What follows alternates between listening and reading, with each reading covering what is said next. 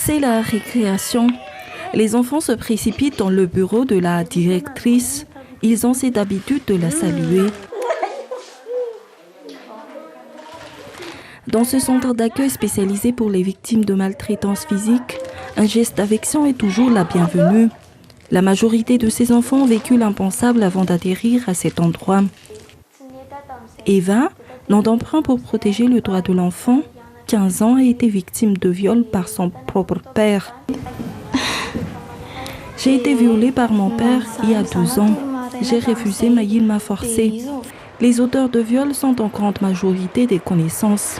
Pour le moment, on accueille 171 enfants, dont 51 garçons et 30 enfants moins de 8 ans.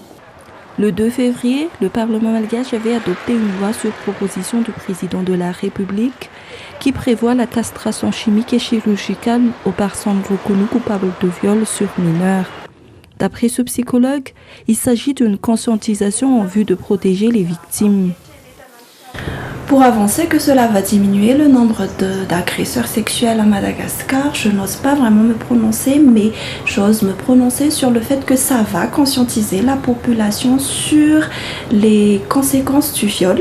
En revanche, dans son communiqué en date du 8 février 2024, Amnesty International qualifie cette peine de dégradante et d'inhumaine. Madagascar est un pays souverain. Il peut adopter des lois qui lui sont bénéfiques.